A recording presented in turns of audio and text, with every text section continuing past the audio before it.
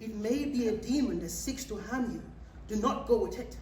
My hour is almost come. Mark me! Will they keep it all down?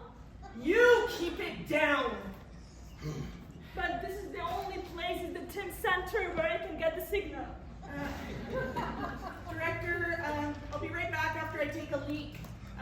Listen, Zach, if you're somehow dissatisfied with my performance, then just lay it out on the table, okay? Don't go sneaking around trying to undermine me like you've been doing.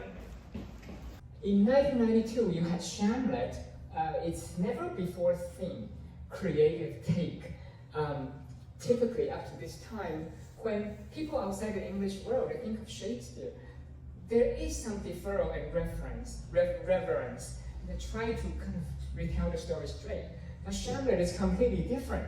And it was very successful. It was a smash, it's a hit throughout East Asia.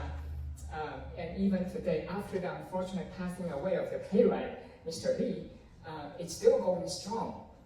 It's still touring. And so that year, immediately, it toured the entire island of Taiwan. It was revived in 1995, toured to Shanghai in China, Toronto, and restaged in Taiwan nearly every year. This is kind of a snapshot. So that's just telling you how canonical it has become. It's its own canon, it's its own approach.